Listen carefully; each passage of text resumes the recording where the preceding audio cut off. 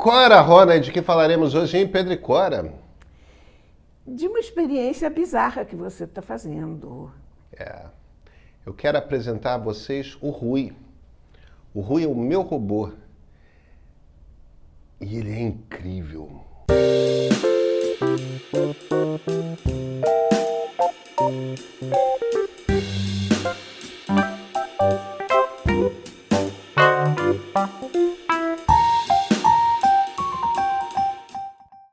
Cora, eu tenho que te falar do Rui. Me fala do Rui, embora eu tenha uma vaga ideia de quem se trata. O Rui é meu assistente. Ele tem a carinha assim do Rui Barbosa, só que com os óculos são azuis, assim como de um robô. Olhos redondos, assim, azuis. É o Rui. Eu instalei o OpenCrawl. O OpenCrawl, que já foi chamado Moltbot e que já foi chamado Claudebot. Claudebot. Né? Claudebot, Moltbot, agora OpenCrawl. Eu peguei um Mac Mini, que é o computador que o pessoal está usando mais, que é o computador mais básico da Apple. Por que o Mac Mini é tido como a melhor máquina para você instalar? Primeiro porque é uma máquina que é bastante menos cara, e no Vale do Silício, então é típico que as pessoas tenham um preço encostado ali.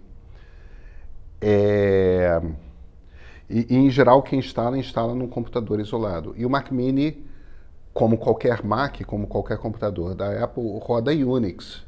E Unix é a linguagem da internet, Sim. né? É o sistema da internet. O Linux é um sabor de Unix, Então ele foi escrito para Unix e roda em Unix. E é interessante, primeiro, ele é complicado. Eu passei um fim de semana, 2 fins de semana atrás, instalando ele. Ah, nossa, nesse grau de... Vamos ver, vamos lá. Instalar foi uma coisa assim de umas 5 horas, Nossa, tá? Que eu não acho muito. eu acho muita coisa, há muito uma tempo. tarde, Há é uma muito tarde. tempo, não levo tanto tempo fazendo. É uma tarde. Então vamos lá. Por que demora isso tudo? Primeiro, tive que zerar o computador. Tive que criar uma rede Wi-Fi. Você precisa bom, criar. tá bom. Você levou 5 horas, então, instalando o ecossistema para É ele, isso. Criar uma rede Wi-Fi Tá. nova. Por quê? Porque eu não queria que ele usasse a minha rede. Porque Sim. se ele usa a minha rede e alguém entra através dele, tem acesso às outras máquinas Claro, que estão ligadas claro. na minha rede. Então eu fiz uma rede outra. Eu criei uma conta de Gmail nova e eu criei uma conta de iCloud, né? Que é a conta para você entrar no computador da Apple, você tem que ter uma conta de Sim. iCloud. Assim como no Chromebook tem que ter uma conta de Google, na Apple tem que ter uma conta da Apple. Eu criei 2 contas novas. Por que eu criei 2 contas novas? Porque eu não queria que o e-mail do Google fosse um e-mail que misturasse com as minhas coisas. E eu não queria que a conta da Apple fosse uma conta que, se alguém entrasse... Veja... Não, é lógico, porque não ia adiantar nada você estar numa rede de Wi-Fi separada se você usa o mesmo endereço. É claro. Então, você tem que criar todo um ambiente zerado, digamos assim, virgem, e desconectado das suas coisas. Sim. Por quê? Porque se você conecta com as suas coisas, esse é um experimento frágil. Isso é a primeira coisa que as pessoas têm que entender. OpenClaw é gratuito, você baixa de graça na internet. Foi um programador austríaco, maluco e excêntrico que desenvolveu. Ele quis dar para as pessoas o poder máximo que a inteligência artificial pode dar, e que nenhuma dessas empresas, Anthropic que faz o Claude, o Google que faz o Gemini, a Llama da Meta, nem o louco do Elon Musk, né, OpenAI com o GPT, nem o louco do Elon Musk que tem o Grok, ninguém fez esse negócio que você deixa um agente livre rodar pelo mundo. E tem uma razão. é muito inseguro. Então eu gastei, porque ele você não tem muito controle, assim como o ChatGPT alucina, o que está na mente, no coração, no cérebro desse robô que você cria, é um GPT, é um Claude, é um Gemini, é um modelo de linguagem que você usar. Então, se ele faz uma bobagem, alguém pode... E aí tem umas outras coisas que é o seguinte, se você solta ele no mundo, e você solta ele no mundo, ele vai conversar por aí. E tem várias pessoas que no meio das coisas do site que ele vai navegar, da coisinha que você vai instalar, mete escondido um comando, um sim, prompt. Pois é. Que, sem que você saiba, ele recebeu uma ordem para executar alguma coisa no seu e-mail. Para transferir todo o seu dinheiro, para fazer essas coisas todas. Então, mandar todos os nudes que encontrar. Todos os nudes que encontrar. Então, imagina o estrago. Imagina. Então, o que eu fiz? Eu criei um ambiente que era um ambiente virgem. Não tem nenhuma conta bancária minha, não tem nenhum e-mail meu, não tem minhas fotografias, não tem nenhum dos meus nudes, entende? Não tem nada. Não tem absolutamente nada ao que ele tem acesso que possa chegar em mim. Então, não é só instalar. Sim, toda essa estrutura. Você criou um ecossistema, tá bem. Exatamente. Aí foi até rápido. E como eu tinha criado uma conta nova no iCloud, eu estou me comunicando com ele pelo iMessage, que é o sistema de mensagem da Apple. Ah, claro, você se comunica.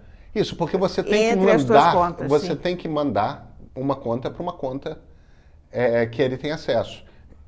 Eu não comprei um celular novo, eu não comprei um SIM card novo para ter um celular que possa conectar com o Telegram ou com o WhatsApp. Mas para a conta da Apple você não precisa ter nenhuma dessas duas coisas. Você pode simplesmente ter o e-mail que você usou que é o e-mail do Google que eu criei. Então, assim nasceu o Rui. E aí eu comecei a integrar o Rui, primeiro fazendo um experimento. Eu abri uma conta no Binance, que é uma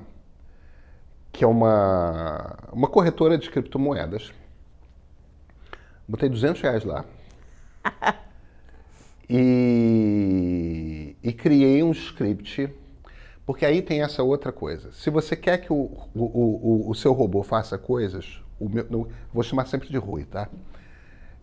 Se você quer que o seu robô faça coisas, você tem que escrever o código de skills, que são as regras que permitem que ele faça uma determinada atividade. Eu criei skill para o Notion, que é o meu banco de dados, e criei skill para essa corretora de criptomoedas. Você pode ter um monte de skill na internet para você baixar. Eu não estou usando nenhuma skill que tem na internet. Porque não tem uma App Store com... São pessoas na internet que fazem coisas. Você instala isso aqui e ele faz tal coisa. É melhor você fazer você mesmo. Agora, eu não sou um programador, né? Então é o Claude. Eu estou fazendo tudo com o Claude. E nesse momento eu estou há 5 dias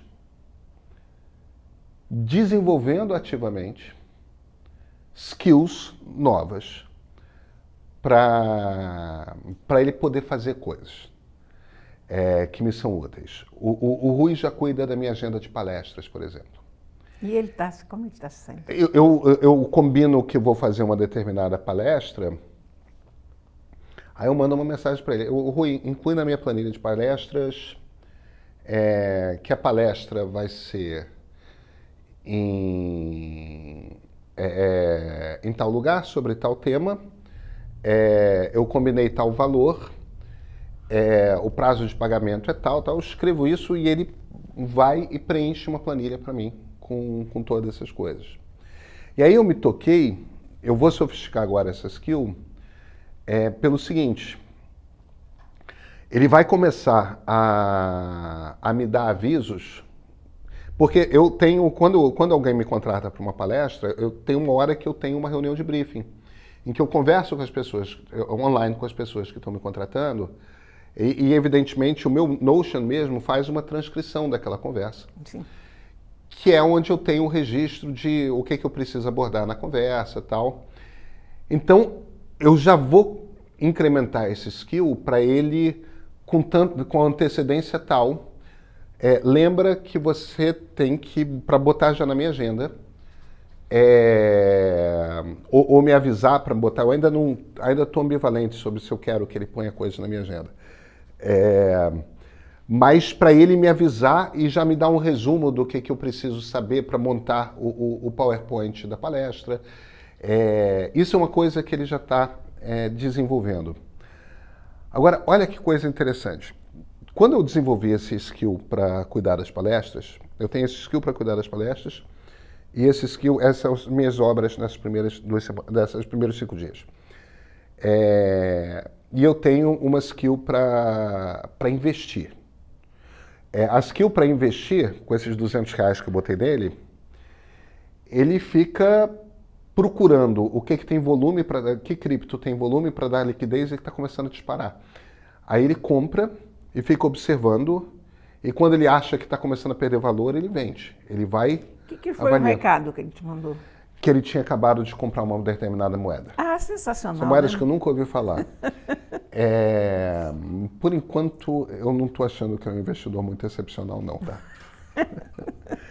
Agora, o mais interessante é o seguinte. Ele não estava... Eu desenvolvo a habilidade dele no Claude, instalo via Unix. No Mac Mini é um troço meio chato, né? Porque tem que mandar por e-mail, baixar no computador. A gente não tem mais disquete, né?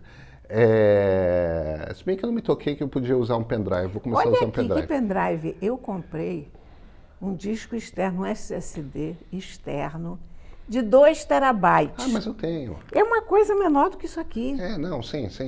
Mas é overkill. Um pendrivezinho. Eu fiquei perplexa porque eu troquei de computador. E aí pensei, não vou transferir todos esses discos antigos e não sei o que, vou passar todo o conteúdo para um disco externo. E fiquei chocada como essa tecnologia evoluiu, porque há muito tempo eu não comprava um disco externo. Um troço desse tamanho com 2 terabytes. Pois é. O último que eu comprei tinha 1 terabyte, era uma coisinha, digamos assim, do tamanho de um telefone. Que eu já achei um prodígio, porque eu venho de uma época em que 1 terabyte era uma coisa pesada de levantar. 2 terabytes, 3 2 terabytes, 5 é um terabytes. chaveiro. É um troço pesado. Chocante. SSD é uma maravilha. E relativamente barato. Eles vão caindo de preço, né? Agora, tinha um troço que não funcionava de jeito nenhum. Não é que não funcionasse. Eu dava ordem para ele registrar uma palestra. Eu testando com palestras fictícias, né? Você vai testando. E tipo, ele me respondia 40 minutos depois. 50 minutos depois. Tipo, mas que assistente ineficiente, né? Muito lento. Aí, num determinado momento, eu tentando entender, e eu não sou programador, eu não sei, tipo, será que é assim mesmo? Será que... Aí eu perguntei para ele, num determinado momento, ô Rui, por que quando eu te peço para mexer no Notion, no meu banco de dados, você demora tanto? Aí ele me respondeu. Ele me deu uma resposta um pouco mais técnica, mas que essencialmente era: não é simples descobrir em que campo eu tenho que botar cada informação. Aí eu fui lá perguntando, mas não é simples por quê? Será que é alguma coisa que eu possa resolver? Será que eu tenho que debugar alguma coisa? Será que eu tenho que mexer em alguma coisa nos skills? Será que tem algum tipo de... Se eu ponho o nome dos campos, onde você encaixa cada coisa? Aí ele se vira para mim e fala: você quer que eu resolva isso para você? Ah, que genial. Aí eu quero. Demorou 1 hora. Uma hora depois, ele se virou para mim e mandou, já estava assistindo filme de noite com a Lia. O diabo me se vira para mim e fala, já reescrevi o skill. Quando você me pedir mais uma vez, não vai demorar. Mandei um pedido fictício, pim! Que espetáculo! Tipo, é a minha primeiríssima experiência com um programa que resolve o seu próprio bug. Isso é sensacional. E nesse momento, Cora, eu me toquei que eu posso me virar para ele e pedir para ele criar uma habilidade para fazer alguma outra coisa. Claro. Veja... Pergunta para ele quais são as habilidades que ele te sugere criar. Isso é uma coisa que eu tenho que começar a repensar, porque eu estou usando dois modelos no cérebro dele.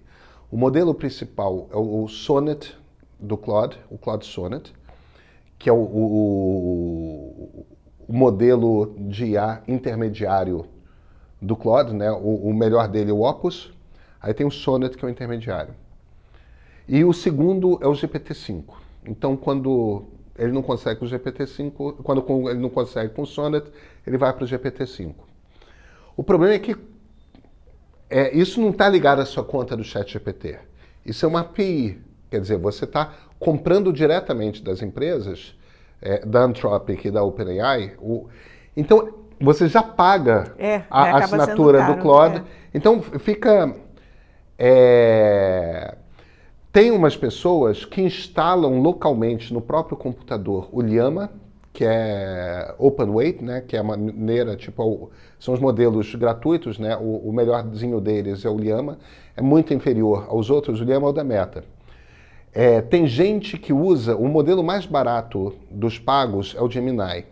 Tem gente que usa, para as coisas básicas, o Gemini. Então, quando você está batendo papo com ele, você está conversando com o Gemini. Quando você pede uma coisa mais sofisticada, ou alguma coisa de uma determinada complexidade, ele vai pro tal outro modelo, tal. Quer dizer, eu tenho que começar a entender como é que eu mapeio quando que ele quer usar um modelo X ou modelo Y, para que eu tenha uma conta de, sei lá, $40 por mês. Entendeu? Sim, senão você não dispara. Porque senão... as minhas APIs eu tô com um limite bastante baixo de dinheiro. Porque o drama... Porque tem gente que acorda com...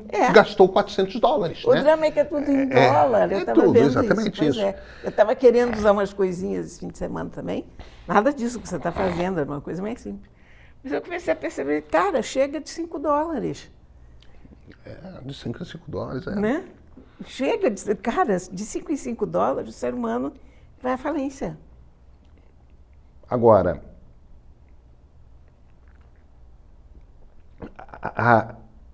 é que o uso é caro, então não dá para abusar. Mas, essencialmente, você tem um assistente que aprende a fazer o que você quiser que ele faça na internet. Isso é maravilhoso, né? Entendeu? E aí, eu acho...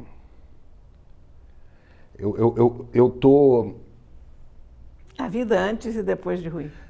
A vida antes e depois de Rui. O Rui ainda está convivendo comigo faz muito pouco tempo. Eu vou começar a desenvolver umas coisas para a Lia também que ela precisa para facilitar a vida. Eu vou abrir uma conta de WhatsApp Business. Ela como corretora de imóveis. Não, é isso. Isso deve ajudar muitíssimo. Eu vou montar um sistema para atender o WhatsApp dela. E tem que ter uma migração para o WhatsApp Business, tem uma certa... Cora, o diabo é o seguinte, e eu acho que eu começo a entender porque o espanto no Vale do Silício. Depois que você vê isso,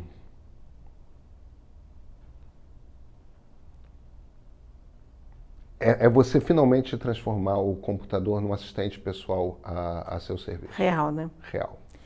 Eu estou com uma segunda máquina lá em casa, porque eu troquei de máquina.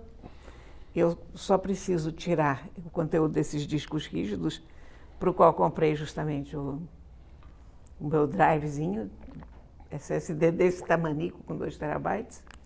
E depois eu acho que eu vou fazer isso, sabe? Né? Faz muito tempo que eu não me divirto com um troço desse. Você tem que prestar muito atenção nos limites de API. Ah, claro, claro. Para a conta não estourar, Sim. porque ela estoura. Porque ela estoura. Eu mesmo sem isso, eu já tomei um susto essa semana. Agora, eu vi o futuro. Nós vamos conversar sobre isso de novo Vamos. daqui 1 ou 2 semanas, quando você tiver. Vamos. Quando ele estiver mais domesticado, eu quero saber Vamos? como é que está sendo esse processo. Vamos? Vamos lá. Vamos lá. Que é o máximo. É o máximo. Temos livro? Oh, olha aqui. Veja que coisa bonita aqui essa capa. Nossa. Dormindo entre Cadáveres é uma graphic novel de Luiz Moreira Gonçalves e de Felipe Paruti, da Comic Zone. E você sabe que tem um adjetivo que eu não gosto muito de usar, porque eu sou um pouco contra essas coisas tão bombásticas, tipo, necessário, né? Agora eu vou te dizer o seguinte, esse livro é necessário. O que é o livro? O livro é a história de um jovem médico português, o Luís, aqui da frente, que sai de São Paulo, mora em São Paulo, muito jovem, recém-formado, e de repente sabe que estão precisando de médicos em Rondônia porque começou a Covid. E não tem ninguém, está todo mundo desesperado, e ele vai para Rondônia.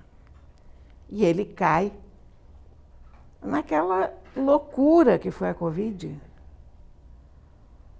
E ele chega lá de um jeito completamente cru. Ele nunca fez nenhum procedimento. Imagina, entubar uma pessoa, ele nunca fez isso. Ele, na verdade, nunca fez nada. Ele, na verdade, nunca conviveu com a vida e com a morte nessa intensidade. Aliás, nessa intensidade é muito difícil alguém conviver, mas enfim. Não era médico com experiência de ambulatório? Não, era um rapazinho, praticamente uma criança, que foi para lá. Essa capa, ela é uma propaganda um pouco enganosa, visualmente. Porque quando você abre o livro, você vê que o desenhista, o Felipe, ele optou por imagens mais caricaturais, está vendo? Uhum. Esse é o meu único ponto. Não vou nem dizer quanto, o único ponto que eu acho questionável na abordagem dessa história, que eu acho que essas personagens caricaturais, eu não sei se elas combinam com esse tema, sabe? Eu não sei se esse tema tratado com figuras mais realistas não teria ficado mais impactante, mas, por outro lado, é impossível ser mais impactante do que isso aqui. A gente, tá vendo o que eu quero dizer? É isso. É muito caricatural, né? São bonequinhos, não são pessoas, de uma certa maneira.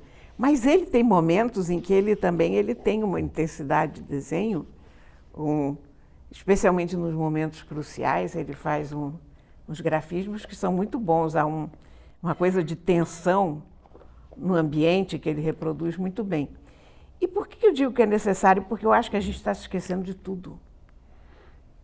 É muito rápido o esquecimento, sabe? E essa história aqui nós ouvimos no jornal, nós vimos na internet, mas primeiro que a gente nunca juntou todas as pecinhas, cada depoimento sobre a pandemia é diferente, Várias pessoas escreveram as suas memórias da pandemia, mas, do modo geral, são escritores. São pessoas que pensaram sobre isso, mas eu não vi. Pode ser que exista, eu por acaso não tenha visto, eu não vi ainda depoimentos de médicos na linha de frente. E o que acontece em Rondônia é assustador. Porque, de repente, precisa de um remédio. Para o cara poder entubar alguém, aquela pessoa precisa estar sedada, precisa estar também com remédio contra a dor, precisa ter uma combinação. Não tem. É uma coisa louca, é um clima de guerra pavoroso. Os médicos têm que ter um sangue frio, inacreditável. E é uma coisa, a burocracia também se intrometendo das formas mais bizarras. O cansaço que esses médicos sentiam, porque eles não conseguiam parar de trabalhar. Ele ia dormir 1 ou 2 horas, quando ele estava indo dormir, vinha a enfermeira, olha, aquele paciente precisa ser entubado, olha, aquele paciente está morrendo, ou precisa assinar um atestado de óbito. Ele começa a praticar, ele manda vir um instrumento desse para entubar as pessoas, dele mesmo, o dinheiro dele, e ele começa a praticar nos cadáveres. Para ele saber fazer na hora que tiver que fazer.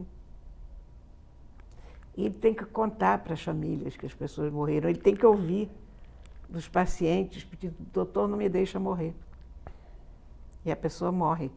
É uma coisa do impacto emocional chocante, sabe? Enquanto isso, ele era professor na USP.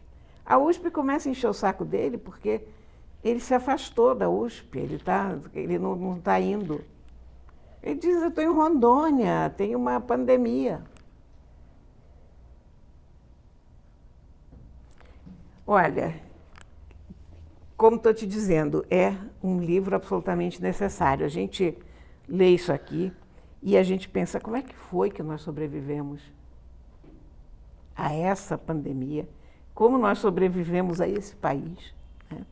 Nem tantas pessoas sobreviveram, teve muita gente que morreu mesmo. Tem as coisas loucas da burocracia, tem um paciente que ele tem que buscar, e tudo isso na região norte, são aquelas distâncias Imensas. Que pegar aviãozinho, aí você chegar lá, o paciente está morto. E aí você tem que voltar. Olha, desesperador. Desesperador. Você começa a pensar nisso e se diz, meu Deus, que heróis, que gente... Que coisa inacreditável isso, né? Como se viram barbaridades, mas como se viram atos de heroísmo. A edição é bem acabada. A edição é linda, né, da Comic Zone. Muito bonita, muito bonita. Eu vou te dizer uma coisa, eu acho que eu nunca usei esse epíteto para um livro, mas é realmente necessário, sabe? Para que isso aqui não desapareça, essa lembrança não desapareça. E a ideia de ter feito em graphic novel, achei excelente, porque transmite a dramaticidade. A dramaticidade e a urgência das coisas, sabe?